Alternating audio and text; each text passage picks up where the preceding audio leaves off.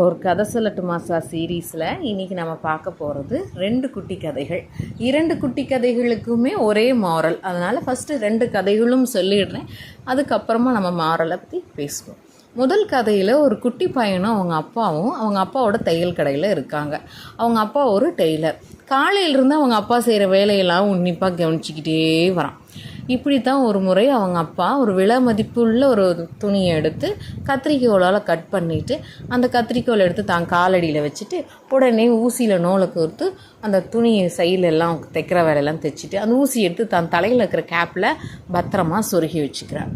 காலையிலேருந்து கவனிச்சிட்டு இருந்த அந்த பையனுக்கு இப்போ கேட்காம இருக்க முடியல. அப்பா நான் உங்கள்கிட்ட ஒன்று கேட்கலாமா அப்படின்னு கேட்குறான். சொல்லுப்பா அப்படின்னு சொல்லி அவங்க அப்பா சொல்கிறாரு. ஏப்பா விலை அதிகமான அந்த கத்திரிக்கோலை ஒவ்வொரு முறையும் கட் பண்ணிவிட்டு காலுக்கடியில் பொத்துன்னு போடுறீங்க, ஆனால் ₹1 ₹2 மதிப்புள்ள இந்த குட்டி ஊசியை போய் தலையில் பத்திரப்படுத்துகிறீங்களேப்பா அப்படின்னு.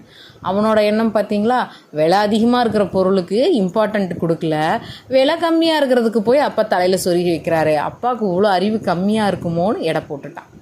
உடனே அவங்க அப்பா பதில் சொன்னார், இல்லடா கண்ணா, ஊசி விலை கம்மியாக இருந்தாலும் தேவைங்கும்போது அது நமக்கு டக்குனுக்கு கைக்கு கிடைக்காது இல்லையா, தேடணும், நேரம் வீணாகும், அதனால நான் தலையில் சொருகிட்டேன்.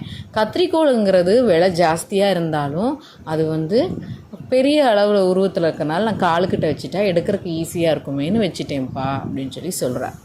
இது முதல் கதைங்க. 2வது கதைக்கு போகிறோம்.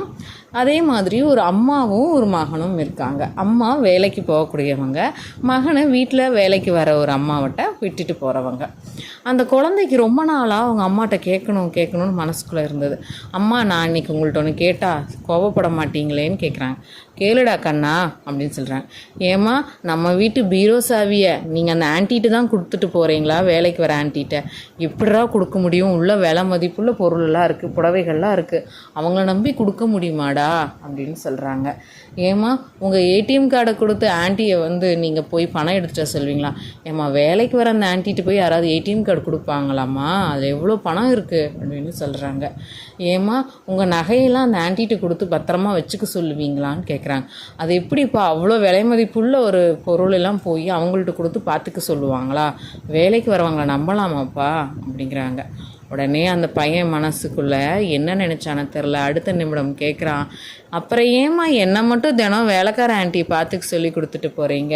நான் விலை அதிகம் இல்லைன்னா எனக்கு விலை மதிப்பு ரொம்ப கம்மியா அப்படின்னு கேட்டுட்டு அவங்க அம்மா முகத்தை பார்க்குறான். இப்போ நம்மலாம் என்ன நினச்சிருப்போம் அந்த கதை கேட்டதும், சரி அந்த குழந்தை மனசுக்குள்ள எவ்வளோ கஷ்டம் இருந்திருக்கு பாரு இன்றைக்கி கேட்டுட்டான். அதுக்கு அவங்க அம்மா அழகாக பதில் சொல்கிறாங்க. இல்லடா கண்ணா, அதெல்லாம் ஒருத்தர் பார்த்துக்கணுங்கிற அவசியம் கிடையாது, ஆனால் நீ என் செல்லம் இல்லை, உன்னை பத்திரமா பார்த்துக்க ஒரு ஆள் வேணும்ல, அதுதான் ஆன்ட்டிட்டு நான் உன்னை விட்டுட்டு போகிறேன்டா அப்படின்னு சொல்லி சொல்கிறாங்க. இப்போ இந்த 2 கதைகளுக்கும் ஒரே மாரல் நான் சொன்னேன், ஒரு சின்ன விளக்கத்தோடு சொல்கிறேன் பாரு. இந்த தையல்காரர் சொன்னார், இது உருவத்தில் சிறியது, டக்குன்னு எனக்கு வேணுங்கிற சமயத்தில் கிடைக்காது, ஊசியை தலையில் வச்சுக்கிட்டேன், பத்திரப்படுத்திக்கிட்டேன். இது உருவத்தில் பெருசு, அதனால் பத்திரப்படுத்த வேண்டியதில்லைன்னு சொன்னார். சின்னதாக யோசிச்சு பாருங்களேன், இது விலை அதிகமான கத்திரிக்கோளாக இருந்தாலும் அதோட பண்பு வெட்டி தள்ளுறது.